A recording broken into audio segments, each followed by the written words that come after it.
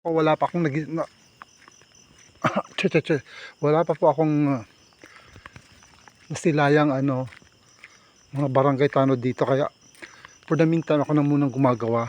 Since kanina nakatulog ako ng 7 PM, nagising ako ng 12.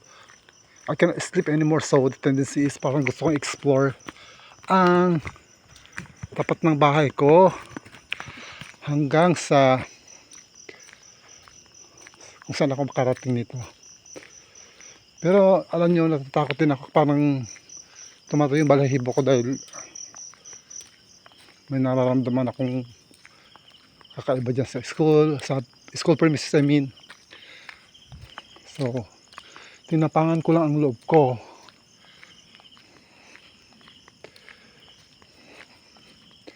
Ito yung Dulac Elementary School. Ayan o, dilim. Pero at least, diba, kapag vlog pa rin kahit may fill light lang ng ilaw natin. Ito yung main entrance nya. Dito na tayo. So hindi naman siya nakalak. We'll explore the inside of this.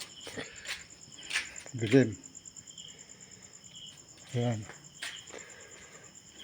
May plug pa dyan, no?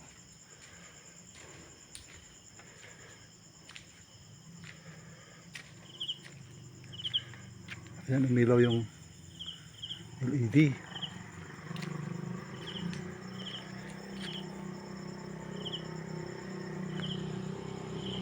Blurred talaga.